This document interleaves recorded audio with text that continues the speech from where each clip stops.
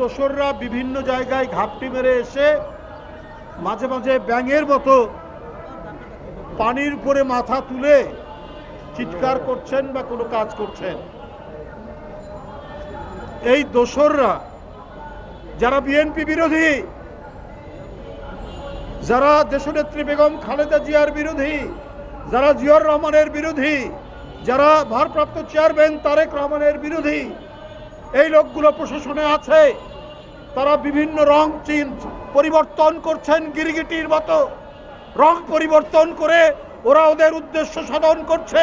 ওরা গণতন্ত্র, ওরা নির্বাচন, ওরা অবাধ সুষ্ঠু নির্বাচন, ওরা গণতান্ত্রিক প্রতিষ্ঠান গড়তে দেবে না বলেই নানা ধরনের চক্রান্তের বেড়াজাল নির্মাণ করছে।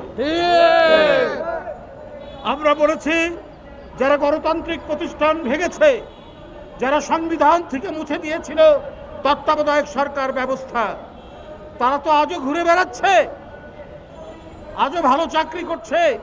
আপনার সরকারের ভেতর থেকে মনে হয় তারা কেউ নির্বাচন চায় না,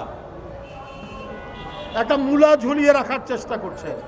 ডিসেম্বরে, না হলে ফেব্রুয়ারিতে, না হলে জুনে, এইরকম নানা কথা বলছেন, কিন্তু কেউ সুনির্দিষ্টভাবে বলছেন না অমুক মাসেই নির্বাচন হবে, এবং সেই জন্য প্রয়োজনীয় পদক্ষেপ এই সরকার থেকে নেই।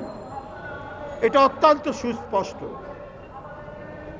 এই যে আপনার সরকারের টাল বাহানা নির্বাচন নিয়ে, আজকে দিনকে দিন কিন্তু দেশ তার যে শৌর্য, তার যে বীর্য, তার যে ৭১-এর যে অহংকার এবং ২৪-এর ৫ই আগস্টের যে অহংকার, সেই অহংকার মিলিয়ে মানুষের সবচাইতে বড় প্রত্যাশা বহুদলীয় বহুমাত্রিক গণতন্ত্র প্রতিষ্ঠা।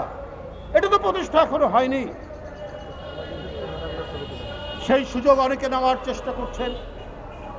আজকে মানবিক করিডোরের কথা বলছেন। এই মানবিক করিডোরও আপনাকে লুকিয়ে লুকিয়ে এটা বলতে হচ্ছে। আপনার জনগণের ম্যান্ডেট নেই, আপনি নির্বাচিত নন। আজকে সব দিক থেকে এই কথা ধ্বনিত হচ্ছে। এটার প্রতিক্রিয়া কি হবে, আমাদের সার্বভৌমত্বের অবস্থা কোথায় দাঁড়াবে, এটা জনগণের কাছে কোনোভাবেই খোলাসা করেননি। অনির্বাচিত সরকার অনেক গণবিরোধী সিদ্ধান্ত নেয়, কিন্তু আপনার সরকারের প্রতি প্রত্যেকটি গণতন্ত্রে অংশগ্রহণকারী রাজনৈতিক দল তারা সমর্থন দিয়েছে।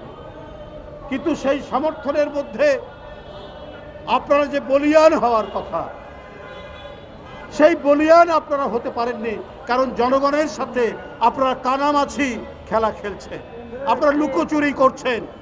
এই কানামাছি খেলতে গিয়ে জনগণের কাছে সন্দেহের মধ্যে আপনারা পড়ছেন।